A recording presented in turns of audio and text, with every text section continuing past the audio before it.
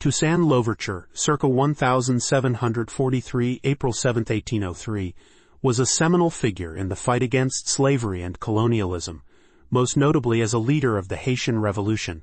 His efforts were instrumental in transforming the French colony of Saint-Domingue into Haiti, the first independent black republic and the second independent nation in the Western Hemisphere, after the United States. Louverture's life and legacy are marked by his military acumen, political savvy, and unwavering commitment to the principles of liberty and equality. Early life and background: birth and heritage. Born into slavery on the Bréda plantation near Cap-Français, now Cap-Haïtien, Louverture was the eldest of several children. His parents were Gaou Guinou, believed to be of noble African descent from the Arada people of present-day Benin, and Pauline, an enslaved African woman. Education.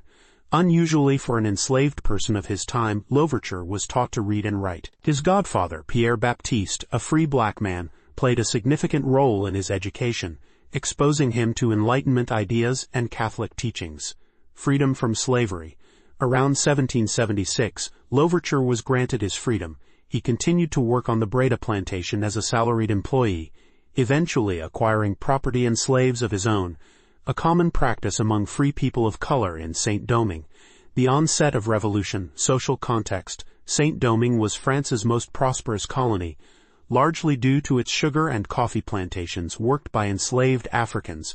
The social hierarchy was rigid and racially stratified, leading to deep-seated tensions. Influence of the French Revolution.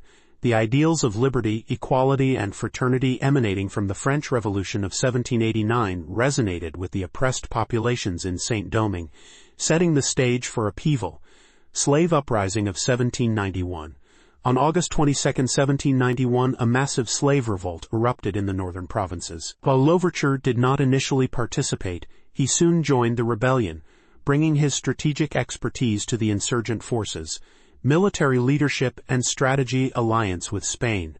Early in the revolution, Louverture aligned with the Spanish, who controlled the neighboring colony of Saint-Domingue, now the Dominican Republic. Spain sought to destabilize French control in the Caribbean. Shift in allegiance.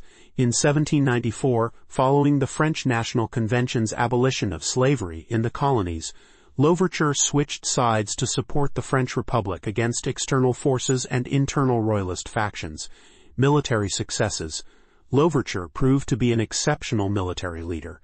He reorganized the rebel forces into a disciplined army, successfully repelling British and Spanish incursions and consolidating control over the colony.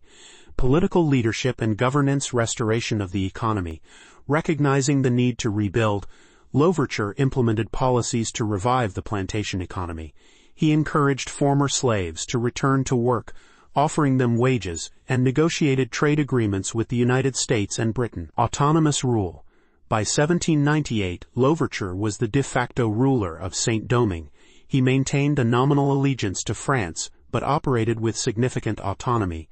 The 1801 Constitution. Louverture promulgated a new constitution declaring himself Governor-General for life. The document affirmed the abolition of slavery, promoted racial equality, and established Catholicism as the state religion.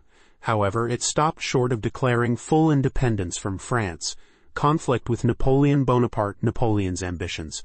Napoleon Bonaparte, who rose to power in France in 1799, aimed to restore French authority over its colonies and reinstate slavery to boost the economy. Leclerc expedition. In 1802, Napoleon dispatched a large military force led by his brother-in-law, General Charles Leclerc, to reassert control over Saint-Domingue and arrest its leaders. Betrayal and capture. After months of fighting, Louverture agreed to a ceasefire under assurances of safety. However, he was deceitfully arrested during a meeting, deported to France, and imprisoned at Fort de Joux in the Jura Mountains. Imprisonment and death. Conditions of captivity. Louverture was subjected to harsh conditions, isolated, poorly fed, and kept in a cold, damp cell without adequate clothing or heating. He died on April 7, 1803, likely from pneumonia exacerbated by the inhumane conditions of his imprisonment. Final words. Allegedly, his last statement reflected his unbroken spirit. In overthrowing me, you have cut down in Saint-Domingue only the trunk of the tree of liberty. It will spring up again by the roots, for they are numerous and deep. continuation of the Revolution and Haitian independence, leadership succession. After Louverture's capture, generals like Jean-Jacques Dessalines and Henri Christophe continued the fight against French forces. Defeat of the French. The yellow fever epidemic decimated the French troops. Combined with relentless military pressure from Haitian forces, this led to France's defeat. Declaration of Independence. On January 1, 1804, Dessalines declared the independence of Haiti, making it the first black republic and marking the only successful slave revolt leading to a nation's founding. Legacy and impact, symbol of freedom. Louverture is celebrated as a symbol of the fight against oppression and a pioneer in the global struggle for human rights. Influence on abolitionism. The Haitian Revolution had a profound effect on the abolitionist movement worldwide, demonstrating the untenability of slavery. Geopolitical consequences. The defeat in Haiti prompted Napoleon to sell the Louisiana Territory to the United States in 1803,